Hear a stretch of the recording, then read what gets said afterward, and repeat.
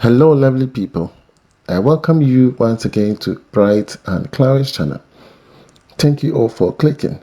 This is episode 76 on the Oyarifa project. Alright, so let's dive into the video and see what we have installed. So in your view is a typical 3D representation of the beautiful 7-bedroom house that we are putting up for our client. Yes, this is a beautiful house and we are almost at the roofing stage. So come along and let's go.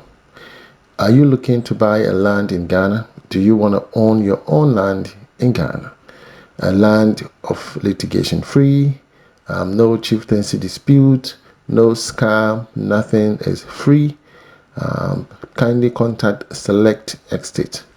Select Estate is a renowned incredible woman who has, through all the challenges of life, been able to assess the industry of real estate and came up with a beautiful site demarcation, very good environment, and making sure that there's value for money. Contact Select Estate and you will see the amazing setup laid up for you. Beautiful community, like-minded people, and live in peace. All right, so back at site, the architect is back at site and he is inspecting the cantilever. This cantilever involves a lot, and so careful consideration is being paid. Okay, and he's checking the coping where it meets up. The front one is slight above the one on the left, and so we are looking at how to merge these two in order to put them on the same page. You understand? In order to bring them on the same page, and that is what exactly he's looking at. Okay, yes, where the measurement, everything is okay, but that portion, the one on the left is a little bit down and the one on the top is high, so we need to find how to merge these two to close up. And so that is the only challenge we have there, but we're going to find a solution to it. Okay, yeah, because day in day out we have some additions, omissions, and so most definitely we'll find solution to that and then bring the beauty out of it. Aside that, the front cantilevers have been cast. Okay, all of them have been cast, and this is so tedious. It involves a lot of thinking. Okay, careful consideration, calculations in order to achieve the outcome that we are looking for. Okay, there's a lot of works when it comes to this cantilever, looking at the height of this house. Like I said, most of my project, the structure wise is different. When other people are building, they don't consider so many factors. I do consider so many factors when I'm building for you. I'm looking at space, okay, your walk-in closet. I'm looking at height. I'm looking at window dimensions, okay. I'm looking at your floor drains, the best way to do them so that even 100 years to come, it would not be outmoded. It will still stand out. You understand?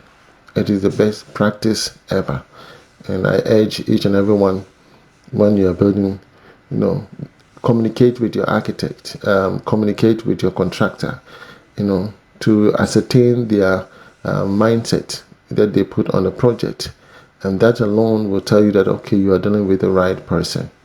You understand? So now the wood trusses for the roofing is in now. We are using Dahoma.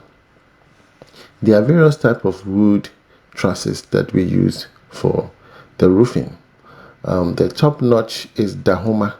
Dahoma is one of the best. Odum is also available, but Dahoma is the best. Followed by Otie. There's another wood called Otie. Otie is an O-T-A, Otie. Okay, that's another type of wood, and it's also second to the Dahoma. And then after that we have Esa. Asai is also a good wood. A lot of people use them because it's affordable and cheaper compared to Otier and Dahoma. Dahoma is one of the top-notch wood, which is of a high price. And so for me, I usually go with Dahoma.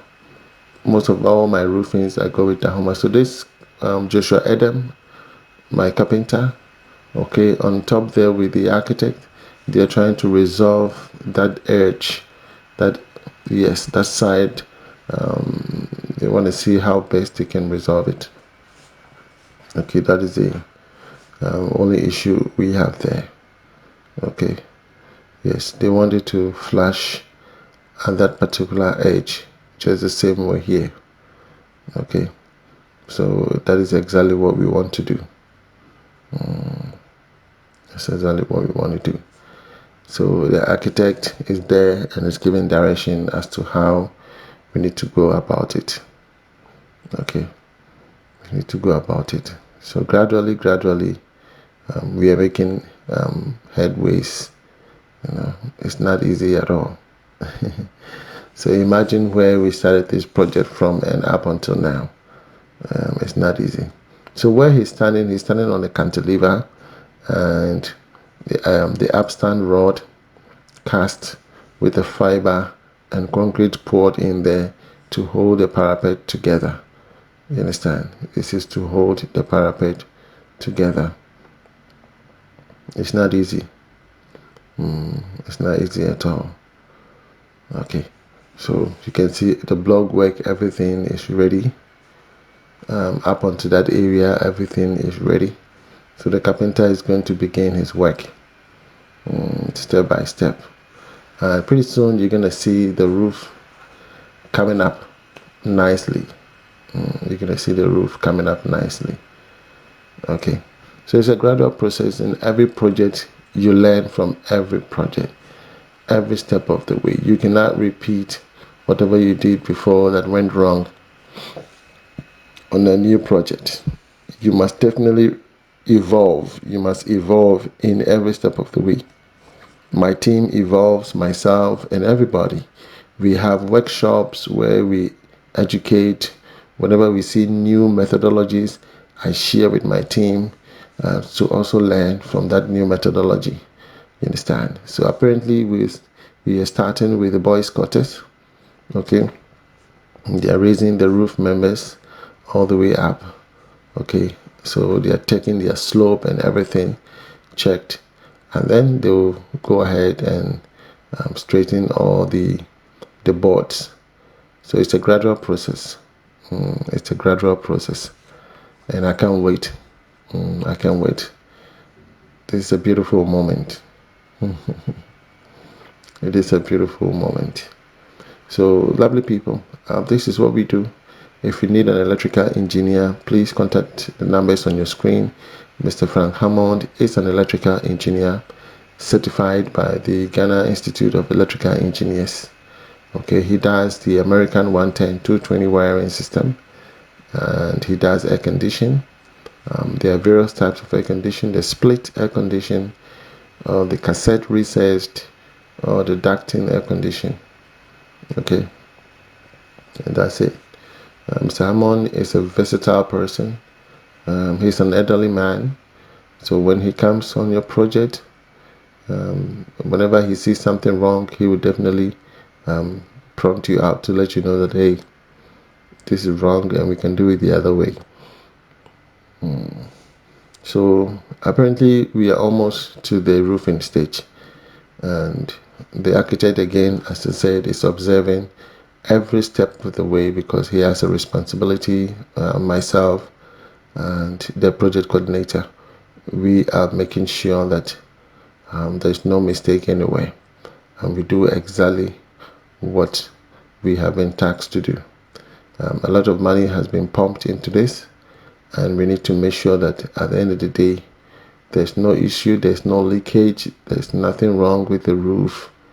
The structure wise, it's so solid. I've never built a house so solid like this one. It's so solid. This house is so solid. Yeah, and that's why when it comes to my block work, I put a lot of cement.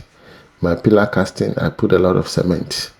my oversight casting, I use all the waterproof chemicals that are not toxic. Okay, I did mention that some time ago, that not all waterproof chemicals are good. Some people are allergic to certain chemicals. And now that the world is evolving and we are now being told certain things that we used to do, like our wristwatch, those rubber ones, those plastic ones, these are all chemicals that, affect our hormonal imbalances. That is causing a lot of cancer, a lot of aging, a lot of tumor, and all of that. So we should be inclined, we should be informed, so that not all waterproof chemicals or other chemicals that we apply to strengthen our structures are good enough for the occupant. Some occupants might be allergic to certain things, and maybe they might not, but upon occupying the space, it might go down to affect them. And so we are very careful as to what chemical we have to use, what time, and which area we have to use them. You understand? Yeah, so from the oversight and then the concrete slab, we don't have to apply waterproof chemical anyway. Okay, yes, we don't have to. So these are the parapet beam mold. Okay, these are what we call the parapet.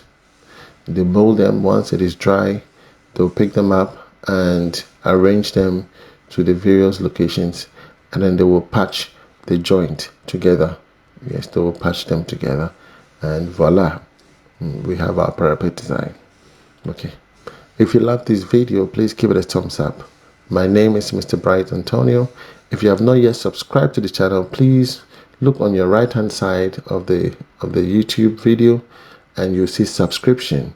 Just click on the subscription and there's a bell icon. Press the bell icon and put on all, so that whenever I drop a video, you will be the first to be notified. From me to you, shalom. God bless you. Bye bye.